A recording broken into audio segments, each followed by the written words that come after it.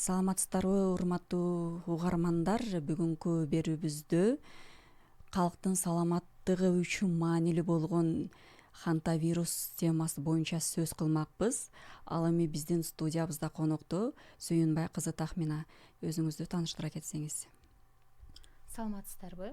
Мен Баткен райондук санэпид көзөмөл борборунун эпидемиолог дарыгери болом. Хантавирус оорусу мына 2026 жылдын май айынын башында дүйнөгө чоң жаңылык жаратты. Мында Аргентинадан чыккан круиздик кемеде хантавирус оорусу катталып, анда 3 адам өлүмгө учурап, бирөөсү реанимацияда жатат. Ошого байланыштуу сиздерге хантавирус оорусу тууралуу кененирээк маалымат берели деп келдик. Анда эмесе деген хантавирус деген бул эмне өзү? Кененирээк маалымат.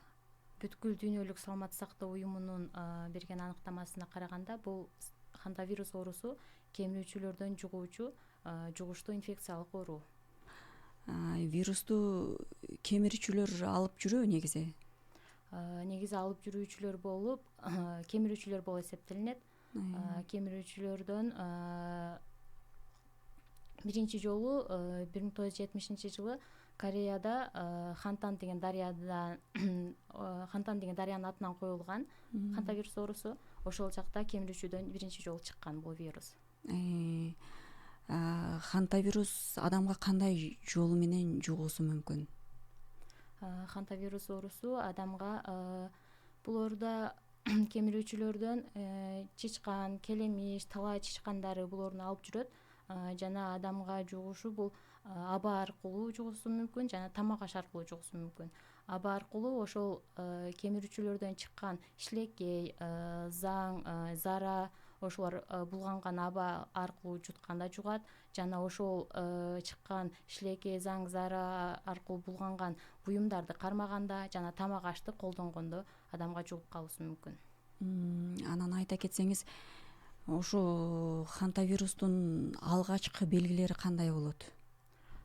Хантавирус оорусунун белгилери негизинен сасык тумоого окшош эле болот. Анда дене табы көтөрүлөт, баш ооруйт, чыйрыгат, денесинде булчуңдары оорушу мүмкүн, жана мурду бүтөт. Ал эми кайсы учурда дарыгерге кайрылуу керек?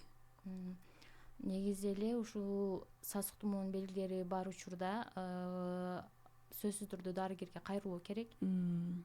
Себеби хантавирус оорусунун эки синдром бар: өпкө синдрому жана бөйрөк синдрому. Алар оорулошуп кеткен учурда дарылоо өтө кыйын.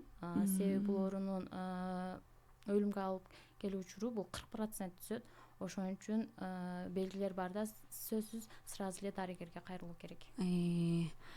Анан деген үйдө же короодо бул хантавирустан кандай сактануу жолдору бар?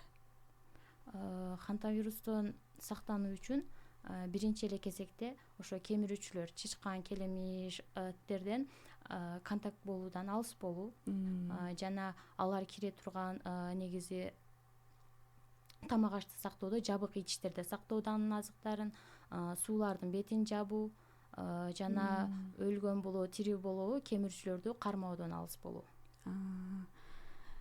Чычкан көп болгон жерлерди тазалоодо жугуп калышы мүмкүнбү? Эгер ошол чычкандар ошол вирусту алып жүрүүчү болсо, жугуп калышы мүмкүн.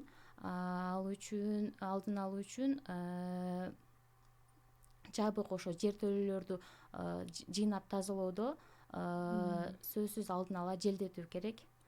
Жарым саат же 1 саат желдетүү керек, жана нымдуу уборка кылуу керек. Ошол эле бул вирус адамдан адамга жугуусу мүмкүнбү? Бул вирустун негизи 20дан ашык түрү бар. Бир гана түрү, андес түрү адамдан адамга жугат. Мисалы үчүн мындай элибизге кандай алдын алуу жолдорун айта кетесиз? Алдын алуу жолдору жана айтып кеткендей эле, ошол кемирүүчүлөр менен контакт болуудан алыс болуу,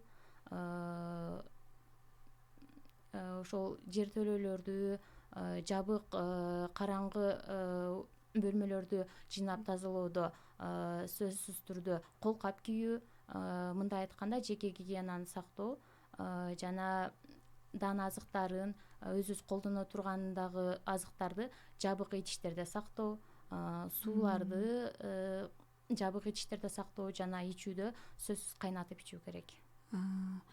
Анан акыркы учурларда бул хантавирус боюнча абал кандай болуп жатат? Хантавирус оорусу негизи Кыргызстанда каттала элек, жана мындай айтканда эпидемиологиялык абал туруктуу деп айтсак болот. Коркунучу жок бизге.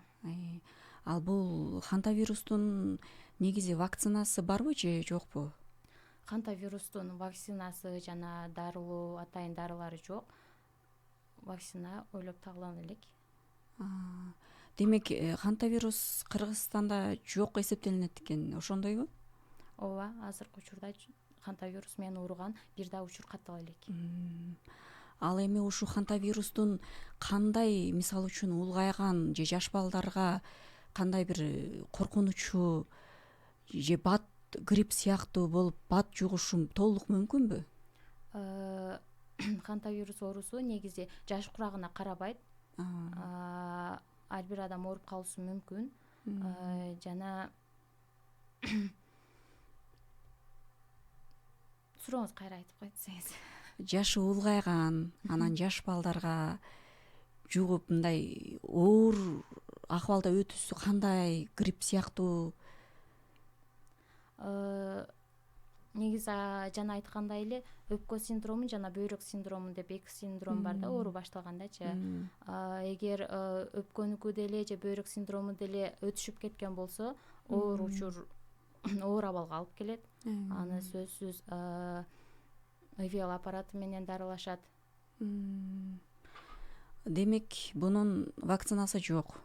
Вакцинасы жок, дарылоосу деле симптомуна карап дарыланат. Демек, Кыргызстанга келбей эле койсун. Анан деген бул да баса белгилеп кетсеңиз, биринчи орунда тазалык турбайбы, э? Ооба. Тазалык. Бардык эле оорунун алдын алуу үчүн сөзсүз түрдө тазалык.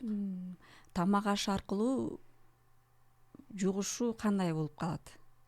Тамак аш аркылуу жугуусу ошол вирусту алып жүрүүчү келемиштер же чычкандар ошол тамак ашты булгап койгон болсо, мындай айтканда, ошол алардан чыккан шилекей, заң же заарасы ошол тамак ашка тийген болсо, биз аны ичип жеп алсак, анда бизге жугуусу мүмкүн.